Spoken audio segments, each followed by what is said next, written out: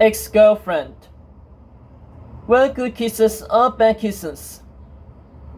Essentially.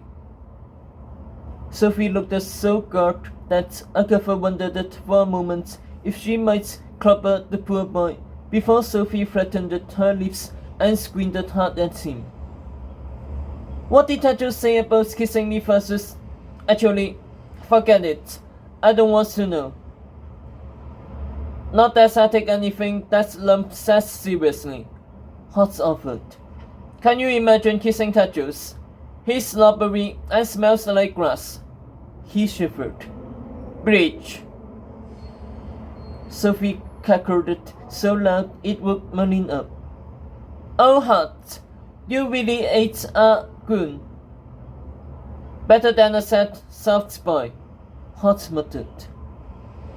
Why are those bad things? Sophie came back, exasperated. Why can't a boy show his emotions? Why can't a boy just be himself? Because girls like you won't go for us, said Hot grimly.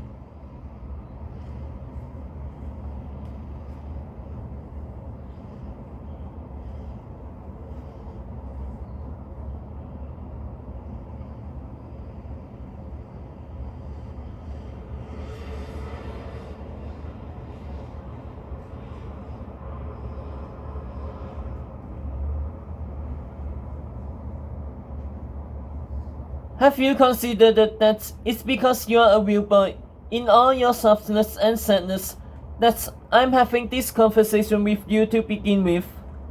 Sophie asked. I can have any handsome boy in the woods, but they're insufferable like Tattoos or possessive like Waffle or maniacal like Ryan. But I had to learn that they wouldn't make me happy, didn't I? The same way you had to kiss Nicola to learn there was something missing.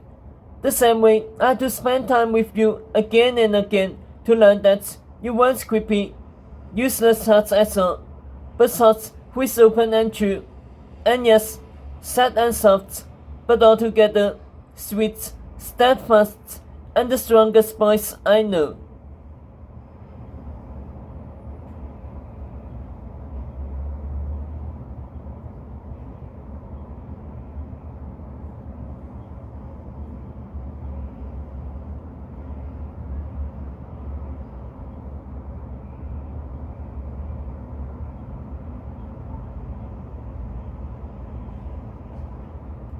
Hot's whole body seemed to blush. So, what are you saying? Sophie crossed her arms. What I'm saying is, what I'm saying. She looked up at Hot. I don't know what I'm saying. The two of them stared hard into each other's eyes, the silence as thick and wide as an ocean. Agatha tipped over the cloud to get a better look. Her shadow cast over Sophie, who glanced up. Agatha, darling. Agatha toppled in surprise, crashing down and landing hard on Hot, kneeling him in the groin. Again, Hot whistled. The witch strikes again. I'm assuming you're the witch this time, Sophie said to Agatha. Whilst echoed up above them. Merlin crying from atop the moon. Naughty! Naughty! Yes, Merlin, yes. Very naughty, Sophie called out. Go back to sleep. Merlin wailed harder. Strange, said Agatha. Never cried before. Puts himself to sleep and eats from his hat when he's hungry. Guys, Hot said quietly. The girls followed his eyes to the corner of the solution. A tear had opened up in the purple canvas, a whip in the night. Star tumbled out of the sky, and the sky pulled apart, a shadow coming through. Agatha smiled at the firm chest and leaned salutary, her heart stuttering. Tattoos! Then moonlight hit the shadow, and Agatha stumbled back into Sophie's arms. Merlin cried harder, pointing at the sky. Naughty! Naughty! Agatha choked on her scream. Naughty. Naughty. Not tea. Agatha, the second half of the plan. Impossible, Sophie Webster to Agatha. He's not a wizard. He can't be here. But he was here. He was inside Merlin's solution. Japan stared hard at Agatha, his face in shadow, the whites of his eyes glowing in the dark. He slithered through the tear in the sky and limped down onto a cloud, landing in a crouch. Then he rose, his blue and gold suit rippling in the moonlight. Slowly, his king suit melted pitch black. The snake returned, screams shrieking and sliding all over his body.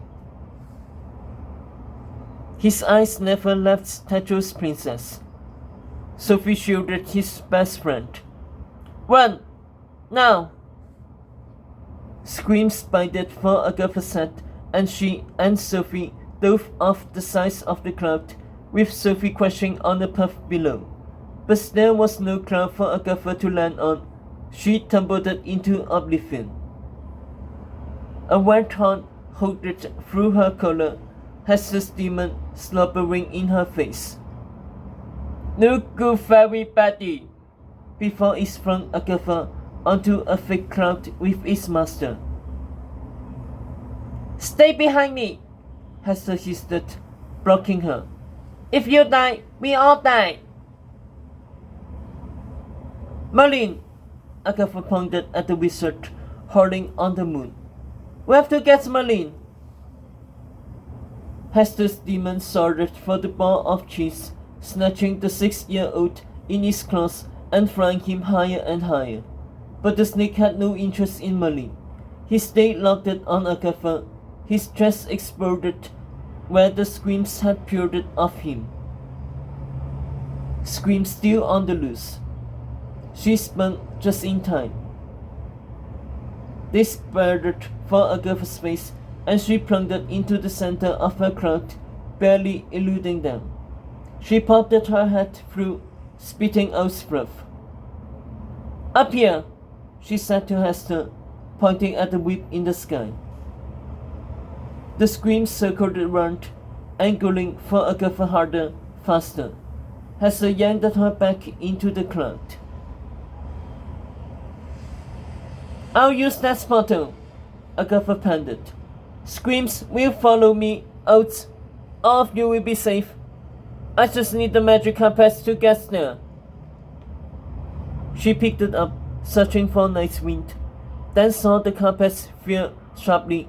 Beatrix, Kiko, and Nicola about to ambush the snake, was aimed at his open flesh.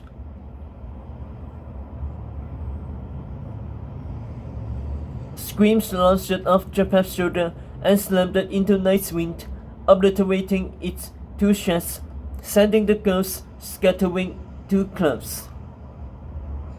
Agatha, look out! Sophie cried from below.